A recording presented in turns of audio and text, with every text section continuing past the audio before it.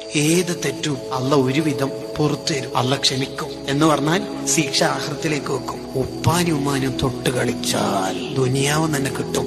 ഹാക്കിം ഇമാമിന്റെ മുസ്തദറക്കിൽ ഉദ്ധരിക്കുന്നതാണ്.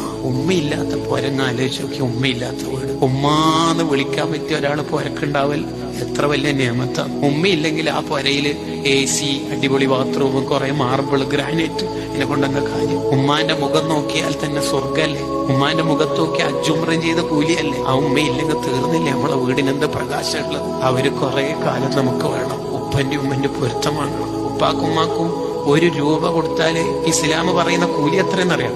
1,00,000 രൂപ കൊടുത്ത കൂലിയാ. 1,00,000 ഇരട്ടി പ്രതിഫല ഉപ്പാക്കുമ്മാക്ക് സ്വതക്കയില്ല. അങ്ങനെ ആരും ഉണ്ടാവുമോ ലോകത്ത്? ആ സ്വർഗവാതിലുകളെ നമ്മളെപ്പോഴും പരിരക്ഷിക്കണം. ഉമ്മാനെ കുറിച്ചിട്ടുള്ള വയല് ഉമ്മ മരിച്ചതിന് ശേഷം കേട്ടിട്ട് യൂട്യൂബ് പ്രഭാഷണം കേട്ടിട്ട് കരീനേക്കാൾ നല്ലത് ഉമ്മ ഉള്ള കാലത്ത് ഉമ്മാനെ ചിരിപ്പിക്കേണ്ടത്. അങ്ങനെ ഉപ്പാന്റെ ഉമ്മാന്റെ പൊരുത്തുള്ള നല്ല മക്കളാവണം.